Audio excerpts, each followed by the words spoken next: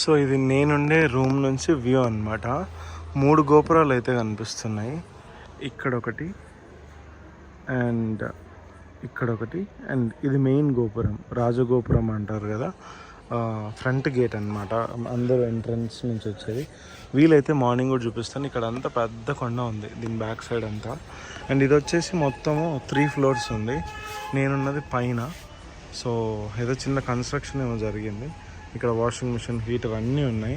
Location మాత్రం అద్దరిపోయింది. Morning అయితే ఇంకా బాగుంటుంది. చిన్న చిన్న గల్లీలో ఎలా ఉంటుందో అలా ఉంది. బట్ ఇదైతే అసలు వర్త్ అంతే. నాకైతే చాలా నీట్గా కనిపిస్తుంది. మార్నింగ్ మళ్ళీ చూస్తాను ఒకసారి. రూమ్ చాలా చిన్నగా ఉంది. ఐ మీన్ రూమ్స్ అన్నీ ఇక్కడ అన్నీ అంతే చిన్న చిన్న సందుల్లో. మీరు అబ్జర్వ్ చేస్తే ఇది ఎంత ఉంది, ఇటు నుంచి ఇటు చాలా చిన్నగా ఉంటాయి. ఇక్కడ అన్ని ఇల్లులు అంతే, ప్రతి ఒక్కటి చాలా చిన్న డిస్టెన్స్లో ఉంటాయి. ఐ మీన్ తక్కువ ప్లేస్లో ఉంటాయి. ఇదంతా ఏదో ట్రైన్లో ఫస్ట్ ఏసీ కోచ్ ఉంటుంది కదా, యాజ్ ఇట్ ఈస్ అంతే. కొంచెం పెద్దగా ఉంటాయి, కొన్ని రూమ్స్ పెద్దగా ఉంటాయి, కొన్ని చిన్నగా ఉంటాయి. దీని సైజ్ చూడండి ఎంత ఉందో, జస్ట్ చిన్నదన్నమాట. ఇట్లా నడవడానికి పాత ఉంటుంది. ఇది వచ్చేసి సెకండ్ ఫ్లోర్లో నేను ఉంటున్నది.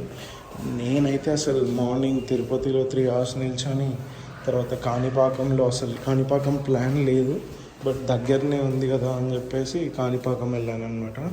సో అక్కడ 2 hours లైన్లో వెయిట్ చేసి అండ్ మళ్ళీ అక్కడ నుంచి వెల్లూరులోని, తమిళనాడు వెల్లూరులో దాని పేరు గోల్డెన్ టెంపుల్కి వెళ్ళి మళ్ళీ అక్కడ ఆల్మోస్ట్ అక్కడైతే అసలు నడిచి ప్యాక్ అయిపోయింది అసలు ఘోరంగా. ఇది గ్రౌండ్ ఫ్లోర్లో అనమాట.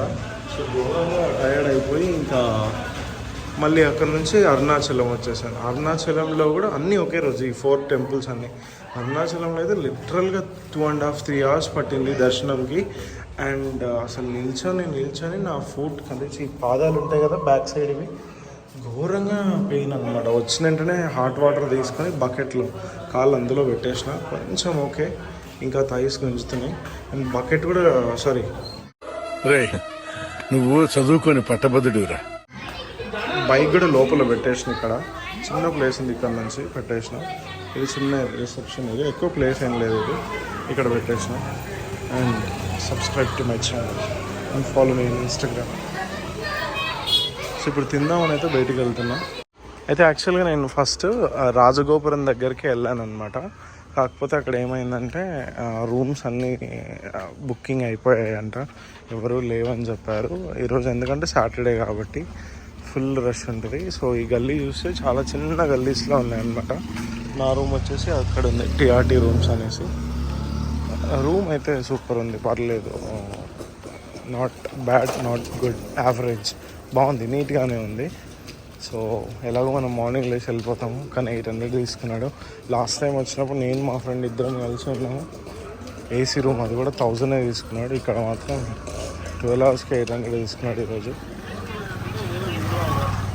సో బయటికి వెళ్ళినాక చూపిస్తుంది. ఇదంతా చిన్న గల్లీ, లేనిది. కాళ్ళు ఇంకా గుంజుతున్నాయి నడుస్తుంటే. అమ్మో భయం అవుతుంది. మళ్ళీ కొంచెం పడుకునే ముందు ఒకసారి బాత్ చేసి మళ్ళీ వాటర్ ఒకసారి డిప్ చేస్తే కానీ సెట్ అవ్వదు ఇది. సో బయటికి మెయిన్ రోడ్కి వెళ్ళాక చూపిస్తాను. సో ఇది వచ్చేసి గోపురము. ఇది అక్కడ ఏదో ఉంది, పే గోపురం సంథింగ్ అని ఉంది. పే గోపురం అంట, ఎగ్జాక్ట్గా నేమ్ అయితే అక్కడ రాసుకోలేదు. అండ్ ఇక్కడైతే ఫుడ్ తిందామని వచ్చినా నేను, కానీ ఏం ఆప్షన్స్ అయితే ఇంకా అనిపిస్తలే. అన్నీ నార్మల్గానే ఉన్నాయి. నాకేమో మంచిగా మీల్స్ తగిలేయాలని ఉంది. మార్నింగ్ సరిగ్గా తినలేదు, ఆఫ్టర్నూన్ కూడా సరిగ్గా తినలేదు. గట్టిగా తినాలని ఉంది. మీల్స్ ఉండదంట, only chapati, parota, idli, like that. Bad luck. చూద్దాం, మళ్ళీ అంత దూరం బ్యాక్ నడవాలంటే డోలు తీరిపోతుందని బాధపడుతున్నా. వెళ్ళే కొద్దీ వస్తూనే ఉంటుంది, ఏముంది కానీ ముందుకు వచ్చే కొద్దీ అంత బ్యాడ్ ఆప్షన్సే ఉన్నాయి. అక్కడే బెస్ట్ ఏమో,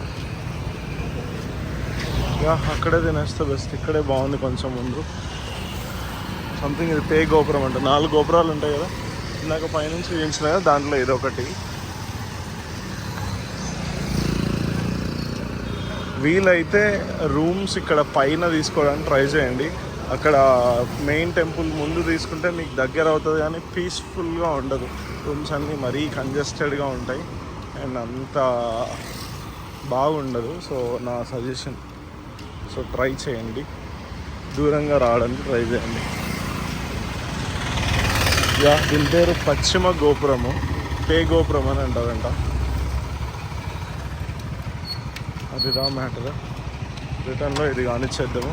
ఫస్ట్ అయితే టిఫిన్ తినాలి, ఏదో ఒకటి, లేదంటే చచ్చిపోయేటట్లున్నా. సో పాండిచ్చేరికి అయితే రీచ్ అయిపోయినాం. దీన్ని వచ్చేసి రాక్ బీచ్ అంటారు. రాక్ బీచ్కి అయితే వచ్చేసినాము. చాలామంది జనాలు ఉన్నారు, బట్ సన్ రైజ్ ఇందాక నేను పెట్రోల్ బంక్లో ఉన్నప్పుడు సన్ రైజ్ అయింది. మళ్ళీ కొంచెం ముందుకు వచ్చాక తగ్గిపోయింది. చూపిస్తాను, అక్కడ కనిపిస్తుందా, మళ్ళీ క్లౌడ్స్ అడ్డం వచ్చేసినాయి. అవి క్లియర్ అవుతాయి కానీ నీట్గా వ్యూ రాదనమాట. సో సూపర్ ఉంది కదా. ఇదంతా రాక్ బీచ్, అక్కడ దాకా ఉంటుంది. ఎండ ఎక్కువ లేదు, వచ్చేసరికి 7-10 అలా అయింది. మొత్తం జనాలు ఉన్నారు మార్నింగ్. యాక్చువల్గా నిన్నే వద్దామని ప్లాన్ ఉండే, బట్ అది మిస్ అయిపోయింది. ఏం చేస్తాం, లేట్ అయిపోయింది. కాణిపాకం ప్లాన్లో లేదు కదా, సో అక్కడ ఆల్మోస్ట్ 2.5 to 3 hours వేస్ట్ అయింది. లేదంటే నిన్న కొంచెం ఎర్లీగా వచ్చి దర్శనం చేసుకొని ఇప్పుడు క్లియర్ వచ్చింది. కొంచెం క్లౌడ్స్ పక్కకి వెళ్ళిపోయాయి.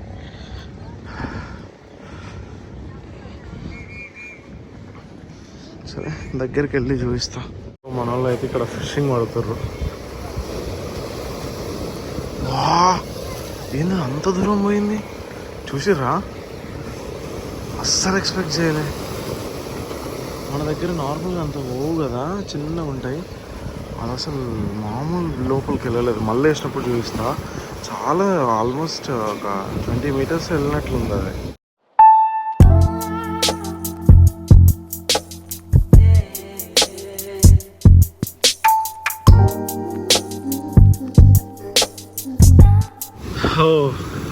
సన్రైజ్ అయితే చూసేసిన. అరుణాచలంలో మార్నింగ్ 5:20కి స్టార్ట్ అయినా 4:45కి లేచి ఇక్కడికి వచ్చేవరకు ఎగ్జాక్ట్గా 7-10 అయింది. ఆల్మోస్ట్ 2 hours అనుకోండి. ఇంకా 2 hours పట్టింది ఇక్కడికి రావడానికి. మన బైక్కి లైటింగ్ సరిగ్గా లేకున్నా, అంటే లైటింగ్ బాగానే ఉంది, ఆపోజిట్ డైరెక్షన్లో వెహికల్స్ వస్తేనే ప్రాబ్లం. ఐ మీన్ కొంచెం స్లోగా వెళ్ళాల్సి వస్తుంది, సరిగ్గా కనపడదు. సో మంచిగా స్మూత్గా వచ్చేసినాం. అండ్ ఇక్కడికి వచ్చేసి ఫుల్ ట్యాంక్ ఏం చేసిన, మొత్తం బైక్ రేంజ్ కిలోమీటర్స్ జస్ట్ ఒక 7 kilometers వెళ్తుందని చూపించింది. సో కరెక్ట్ పాండిచ్చేరిలోకి ఎంటర్ అయినాక పెట్రోల్ కొట్టించేసిన. ఇక్కడ పెట్రోల్ ఎంత అనుకున్నారు, 96 rupees. సో ఫుల్ ట్యాంక్ వేయించేసిన. ఆల్మోస్ట్ ఒక 170-180 సేవ్ అయినట్లు అట్లుంటుంది. మరి ఉంటుంది.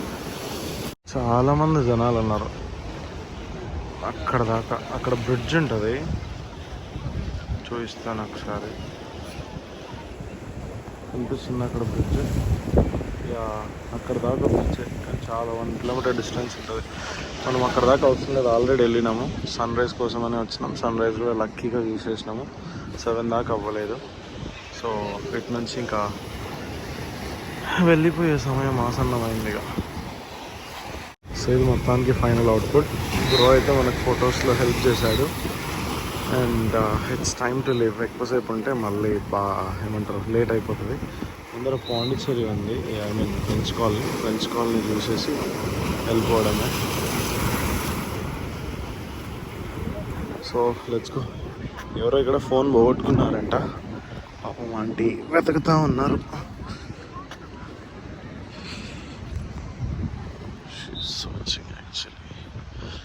కెమెరాస్ తెచ్చుకొని మామూలుగా ఎట్లా జనాలు. So it's time to leave. French కాలనీలో ఒక 2 photos అలా దిగేసి we have to leave. Already నడిచి డోలు తీరిపోతుందంటే మళ్ళీ ఇసుకలో నడవాల్సి వస్తుంది. ఒక 160 kilometers వెళ్ళాలి ముందుకు మళ్ళీ పాండిచ్చేరి నుంచి. ఇంతకుముందు ఐ మీన్ అరుణాచలం నుంచి మనం 40 kilometers వేరే డైరెక్షన్లో వచ్చినాము. మళ్ళీ కంప్లీట్గా బ్యాక్ వెళ్ళాలి, ఇంకో డైరెక్షన్లో వెళ్ళాలి. సో 160 kilometers అవుతుంది. చూద్దాం. నేను అక్కడి నుంచి ఫ్రెంచ్ కాలనీలో ఒక 2 ఫొటోస్ అలా దిగేసి వెళ్ళిపోదాం.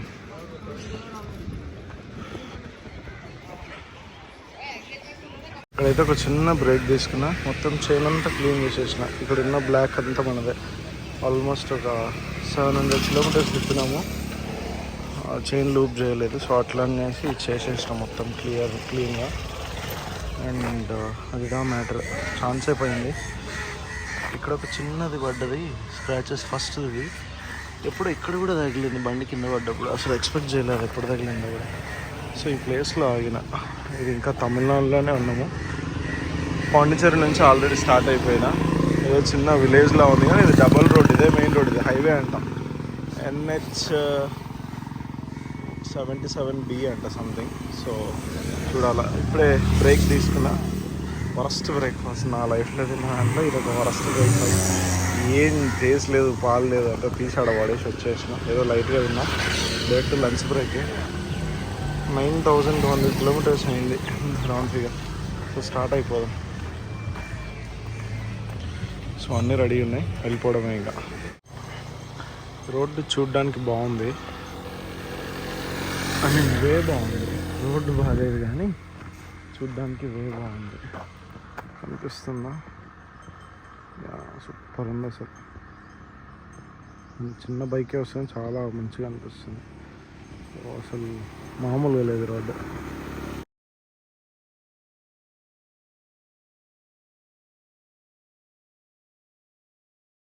రోడ్డు మాత్రం మొత్తం ప్యాచ్ వర్క్ అసలు అనిపిస్తుందా? అన్ని ఇట్లాంటి ప్యాచ్లు, గుంతలు, స్పీడ్ బ్రేకర్లు. ఇంకా ఇదే దరిద్రమైన రోడ్లో ఇంకో 27 కిలోమీటర్లు అంట. అసలు టార్చర్ చూపిస్తుంది రోడ్డు అయితే. ఎందుకు వచ్చినామా అని అనిపిస్తుంది. మొత్తం ఊర్లలోనే ఉన్నట్టుంది. ఈ రాణిపేట వచ్చేదాకా ఈ ఆర్కోట్ అన్న ఒక ప్లేస్ ఉంది. ఆర్కోట్ వచ్చేదాకా ఇంకా పరిస్థితి అంతే. ఆ నుంచి మన చిత్తూరు దాకా ఇంకా తప్పదిగా. ఇంకా చిత్తూరుకి ఒక 50-60 ఉంటుంది. అక్కడ దాకా ఈ టార్చరే. ఇక చెయ్యరు అంట ఊరి పేరు. ఎవరు అడిగినరా నేను చేయమని. తగ్గించుకుంటే మంచిది. చేస్తే చేయండి, లేకపోతే లేదు. ఎవరు చేయమన్నారు? ఒక 5 మినిట్స్ సాగుదామని ఆయన కూర్చొని అసలు ఘోరంగా కాళ్ళు నొప్పులు వస్తాయి. పాండిచ్చేరి నుంచి మనం ఆల్మోస్ట్ 105 కిలోమీటర్స్ వచ్చాము. 8:50కి అక్కడ బయలుదేరినట్లున్నాము.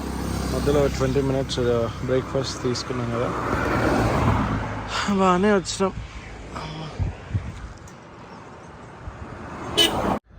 సో పాండిచ్చేరి నుంచి అక్కడ తమిళనాడులో ఒక ప్లేస్ దగ్గర ఆగేసి టిఫిన్ చేసేసి స్టార్ట్ అయిపోయి, ఎక్కడి నుంచి వచ్చినామంటే Arcot, Rayachoti, Kadapa, Kurnool, back to home Wanaparthy అనమాట. అది రూటు. బట్ తమిళనాడులో రోడ్స్ అయితే వరస్ట్. ఒకవేళ మీరు పాండిచ్చేరి నుంచి హైదరాబాద్ రావాలి అని అనుకుంటే మాత్రం నా సజెషన్ ఏంటంటే, పాండిచ్చేరి టు చెన్నై హైవే ఉంటుంది. ఇది పెద్ద రోడ్ హైవేనే ఉంటుంది. సో అది చూస్ చేసుకోండి. 4 లేన్ రోడ్డు ఉంటుంది. ఇక్కడ 2 లేన్, అక్కడ 2 లేన్. సో 4 లేన్ రోడ్ ఉంటుంది మొత్తము. సో అది చూస్ చేసుకొని స్పీడ్గా వచ్చేస్తారు. అక్కడ నుంచి కడప నుంచి చెన్నై నుంచి మళ్ళీ కడప వచ్చే రూట్ ఉంటుంది. సో అలా వచ్చేస్తే బెస్ట్ అనమాట. ఈ తమిళనాడులో ఊర్లో రావాలంటే మాత్రం దోలు తీరిపోతుంది. ముందే చెప్తాను, జాగ్రత్తగా ఉండండి. నేను వచ్చేసి నిన్న ఆల్మోస్ట్ 770 కిలోమీటర్స్ నడిపినట్లున్నాను. 750 సంథింగ్, 750 అలాగా. సో మార్నింగ్ ఎప్పుడు 5:25 సంథింగ్ స్టార్ట్ అయ్యాను అనుకుంటా. 5:20కి అలా స్టార్ట్ అయ్యాను. సో స్టార్ట్ అయ్యి అక్కడి నుంచి పాండిచ్చేరి. సో ఒక 2 అవర్స్లో వెళ్ళిపోయాను. 1 hour 50 minutesలో 110 కిలోమీటర్స్ ఉంటుంది. అండ్ పాండిచ్చేరి నుంచి అక్కడ ఒక 1 hour అలా స్పెండ్ చేస్తుంటాను పాండిచ్చేరిలో. That's it. సో అక్కడ నుంచి స్టార్ట్ అయిపోయి చిన్న చిన్న వాటర్ బ్రేక్స్, బ్రేక్ఫాస్ట్ బ్రేక్, ఒక లంచ్ బ్రేక్ తిరుపతి దగ్గరలో తీసుకున్నాను. అండ్ రిటర్న్లో వచ్చేటప్పుడు నాకు గూగుల్ మ్యాప్స్లో ఇంకో రోడ్ సజెస్ట్ చేసింది అనమాట. డైరెక్ట్ తిరుపతికి, తిరుపతికి తీసుకెళ్లకుండా రోడ్డు రిటర్న్లో ఎలా అంటే, ఈ రాయచోటి అనే ప్లేస్ ఉంది కదా, నేను NH60 సంథింగ్ ఉంది బెస్ట్ రోడ్ అని చెప్పాను కదా లాస్ట్ వీడియోలో. సో అక్కడ ఆ రోడ్లో సగం డిస్టెన్స్ తీసుకుపోయి తిరుపతికి ఇంకో 15 కిలోమీటర్స్ ఉంది అనేటప్పుడు ఒక డైవర్షన్ చూపించింది లెఫ్ట్కి. ఆ రోడ్ ఏంటంటే రాయచోటి కడప వెళ్ళే రోడ్ అనమాట. సో అది కూడా సూపర్ ఉండింది. అది తీసుకోవడం బెస్ట్. మీరు మళ్ళీ తిరుపతి వెళ్ళి తిరుపతి టు అటు వెళ్ళాలంటే మళ్ళీ మీరు తిరుపతి నుంచి రాయచోటి వెళ్ళాలి. సో ఇట్స్ డబుల్ అనమాట. కిలోమీటర్స్ ఎక్కువ అవుతుంది అండ్ జర్నీ కూడా చాలా ఎక్కువ అవుతుంది. సో బెటర్ మీరు అలాగా డైవర్షన్ అది చూపించిన వేలో వెళ్ళిపోతే బెస్ట్ అనమాట. రోడ్స్ అన్నీ బాగానే ఉండింది. వన్స్ ఏపీకి ఎంటర్ అయినాక బాగుండింది. చాలామంది అంటారు ఏపీలో రోడ్స్ అన్నీ వర్స్ట్ అని. ఒకసారి తమిళనాడుకి వెళ్ళి చూడండి, చుక్కలు కనిపిస్తాయి. అంత ప్యాచ్ ఆఫ్ వర్క్ అనమాట. సో దట్స్ ఆల్ అనమాట. సో ఎక్కడ వీడియోస్ ఏం తీయలేదు, ఇంకా స్పీడ్ ఇంటికి అయితే వచ్చేసి ఎవరికి 7 అయింది, ఎగ్జాక్ట్గా 7:05 అలా అయింది. సో పర్లేదు, బాగానే వచ్చేసినాము. మార్నింగ్ సో 14 అవర్స్ నిన్న డ్రైవ్ అంతా మొత్తము. మధ్యలో అన్ని మన బ్రేక్స్ అవన్నీ తీసేస్తే మనం ఎగ్జాక్ట్గా నడిపిందంటే నాకు తెలిసి ఒక 9 అవర్స్ నడిపింటాం అంతే. సో 9 అవర్స్లో 770 అంటే ఇట్స్ గుడ్ థింగ్. అంటే 770 అంత స్పీడ్ కూడా ఏం వెళ్ళలేదు నేను ఎక్కడ. మ్యాక్సిమం 90 కన్నా ఎక్కడ టచ్ చేయలేదు. 90-100 మధ్యలోనే. నార్మల్గా మనం 6th గేర్ వేయాలంటే మన బైక్కి 90 టచ్ అవ్వాల్సింది. ఆ 90-100 మధ్యలోనే వెళ్ళాము. సో ఆ బైక్ అది చాలా తక్కువ అనమాట. మన BMW బైక్కి 100 అనేది అది జస్ట్ బేసిక్ స్పీడ్. సో అంతే అనమాట. ఓకేనా? So that's all for the vlog. మన ఛానల్లో కనుక వీడియోస్ నచ్చినట్లయితే like and share and subscribe. కొంచెం సబ్స్క్రైబ్ చేసి సపోర్ట్ చేయండి. సో మంచి కంటెంట్ ఇవ్వడానికి మనం కూడా ట్రై చేద్దాం. So that's all for the vlog. Tata.